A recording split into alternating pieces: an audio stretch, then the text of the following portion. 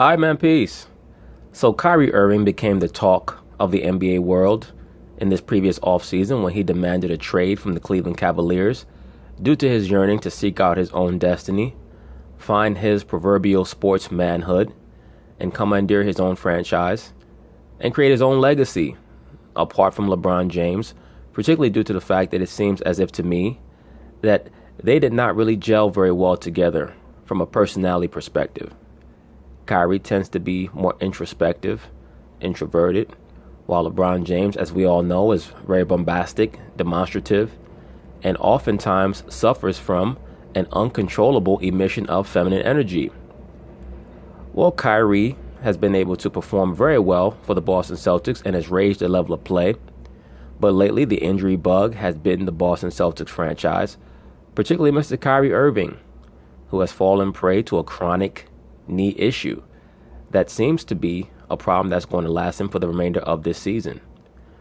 Anyway, they're going to talk about it. I'm going to chime in. Sports Center right now. I'm Antonieta Collins. Celtics All-Star point guard Kyrie Irving is seeking a second opinion on his sore left knee.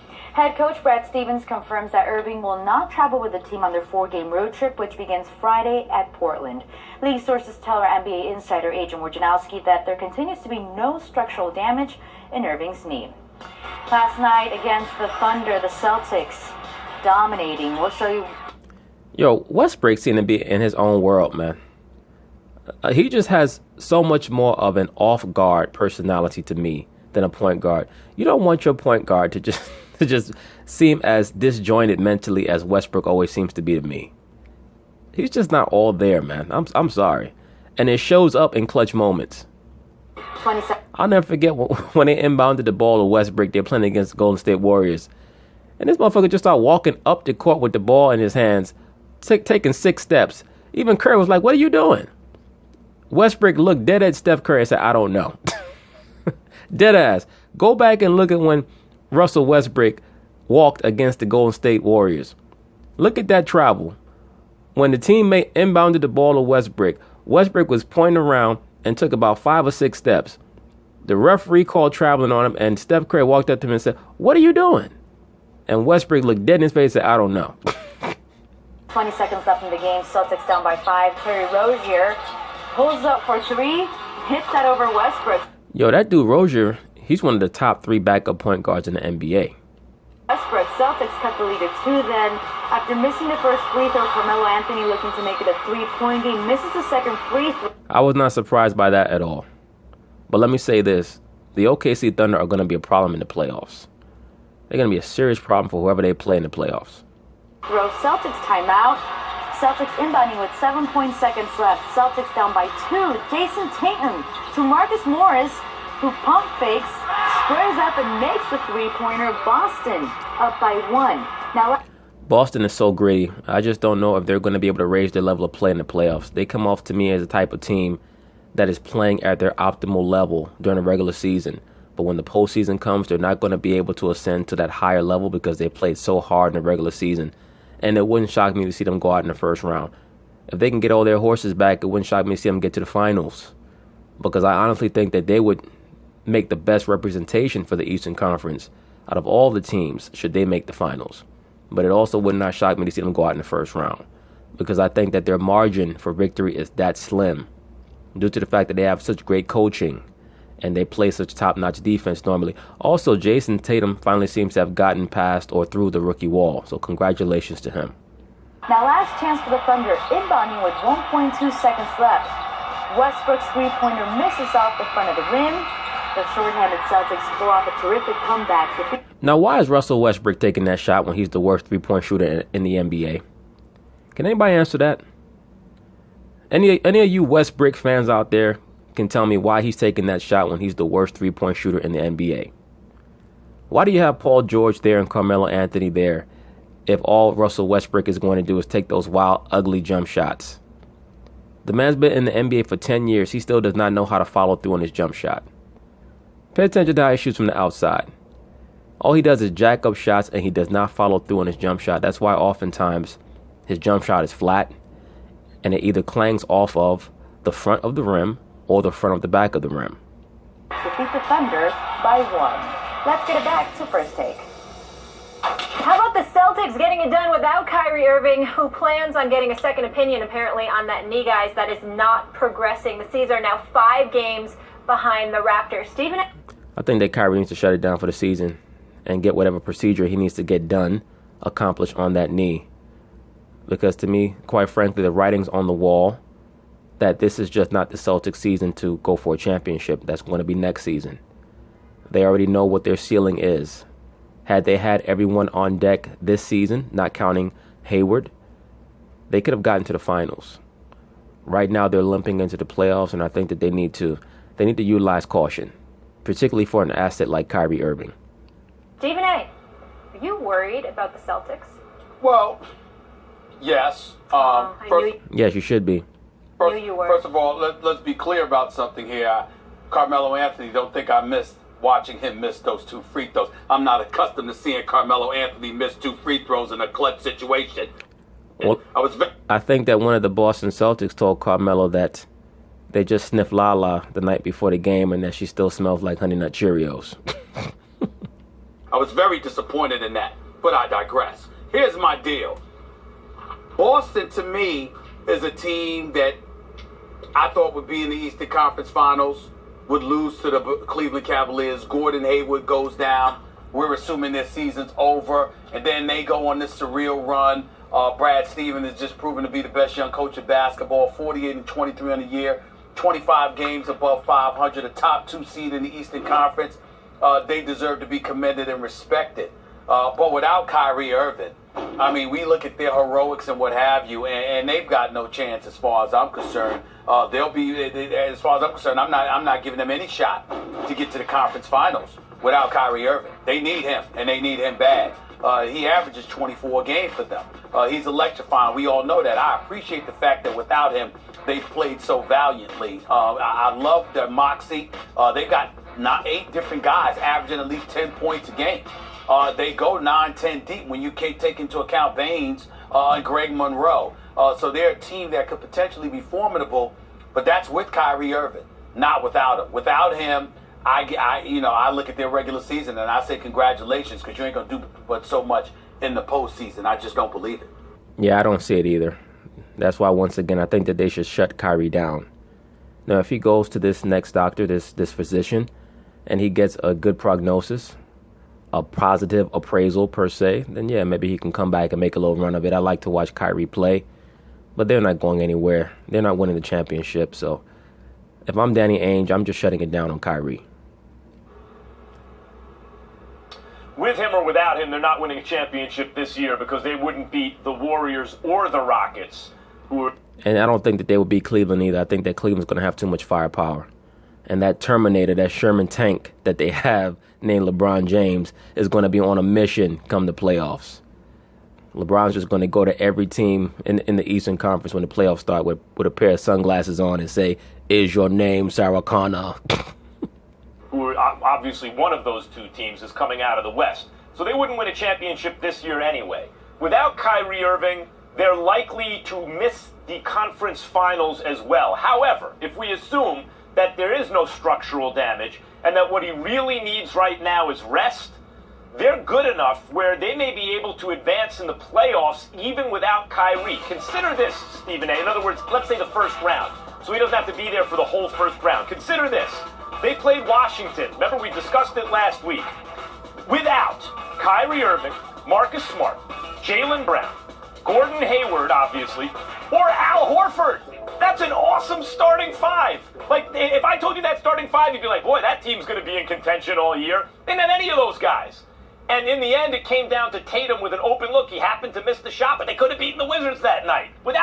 They should have beaten the Wizards, and it should not have even come down to Tatum with an open shot. He missed a free throw that could have won the game after the first overtime. Without their whole team, basically.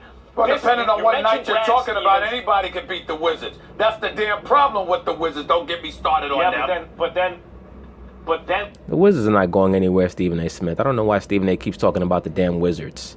The same team they were last year. John Wall is a nice point guard who's a great athlete. He's just the Eastern Conference version of Westbrook. That's all he is. He's a lesser version of Westbrook.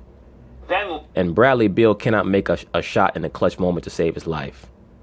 last night shorthanded. They come back and beat the Thunder. Now, and if you've been reading ESPN.com, everyone by now knows this stat. Heading into the game this season, out of the 884 teams this year, a team has been up 5 points or more with 20 seconds or fewer to go.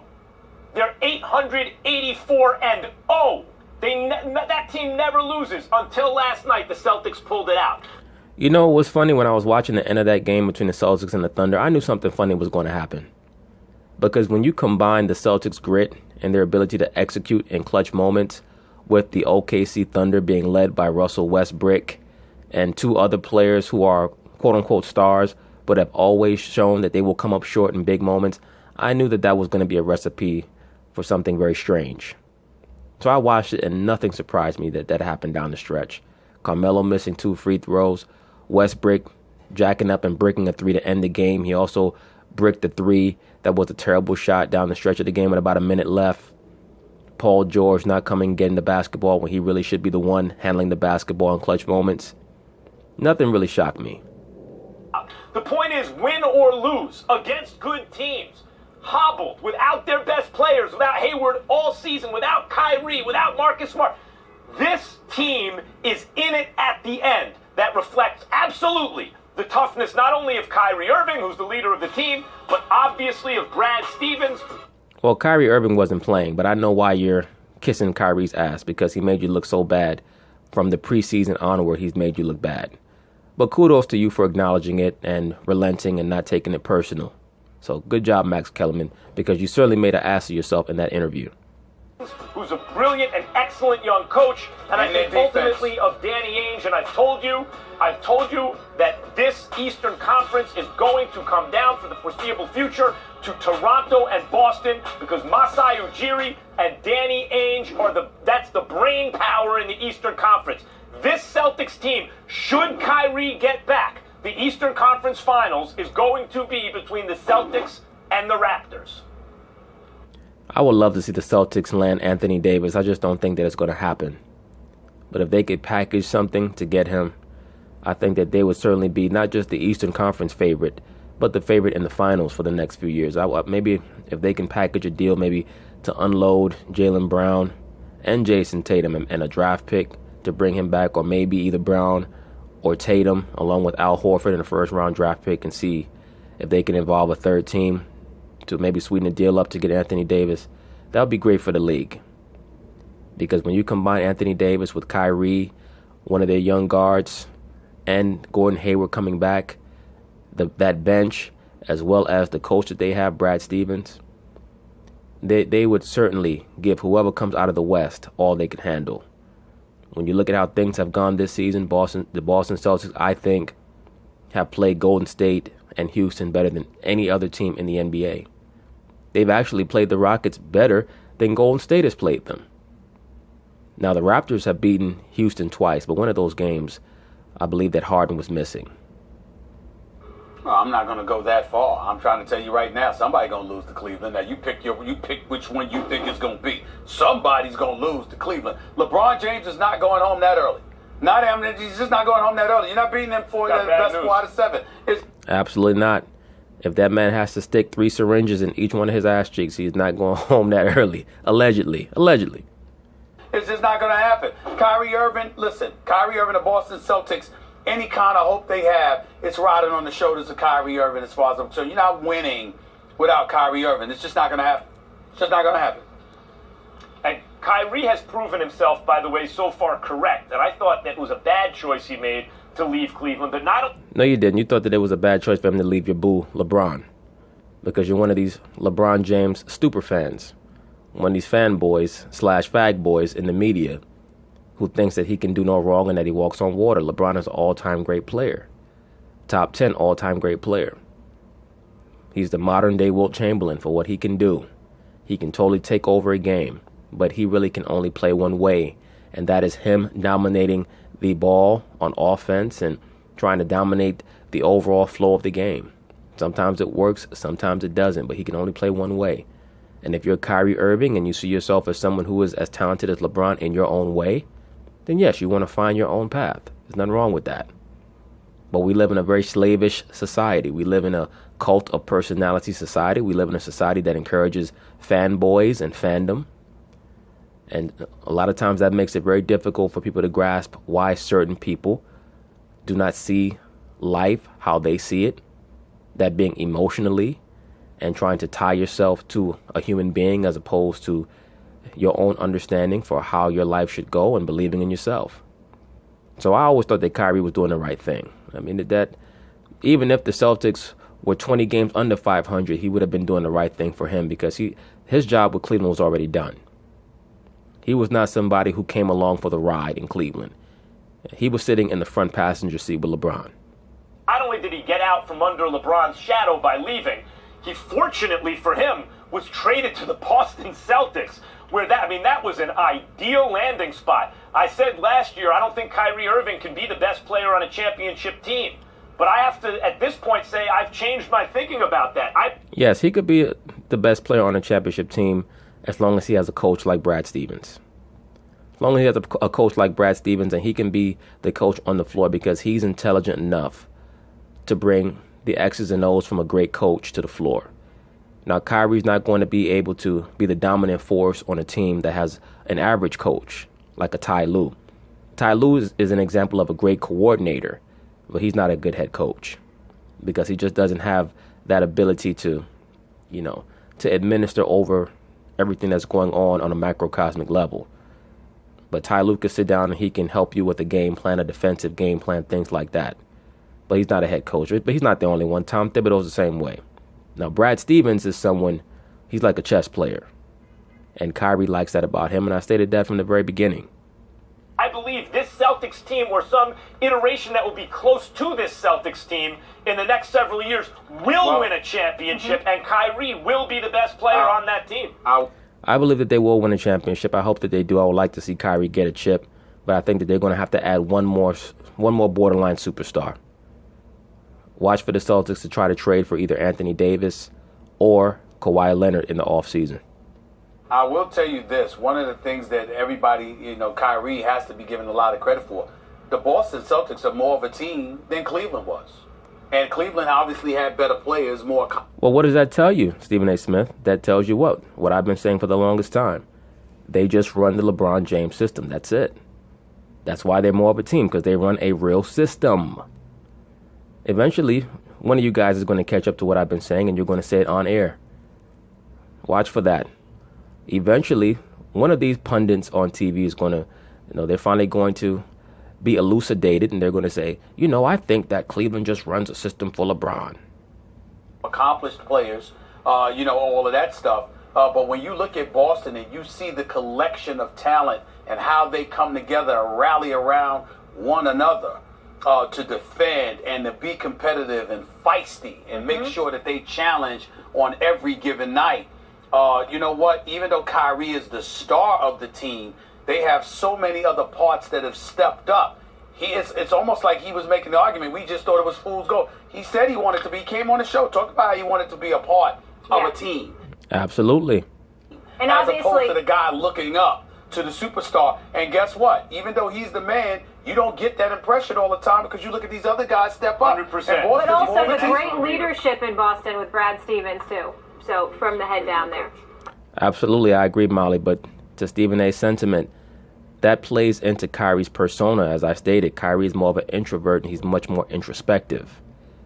He's not someone who I believe is in the locker room trying to dominate the overall atmosphere of the locker room, trying to dictate to his teammates. Like LeBron's one of these guys who comes off to me as a person who wants to dictate to all his teammates how they should feel or how they should act in the locker room. He doesn't seem to be someone who would be very understanding of disparate personalities, while Kyrie to me would be the opposite. He would be someone who would embrace personalities that are disparate from his, because more likely than not, he's not really trying to fit in anyway. He's trying to do his own thing. But anyway, we'll see what happens with Mr. Kyrie Irving. Hopefully all is well with his knee. And if not, they sit him out for the remainder of the season because it's not worth it, especially in light of what happened with Mr. Isaiah Thomas last postseason. But anyway, peace.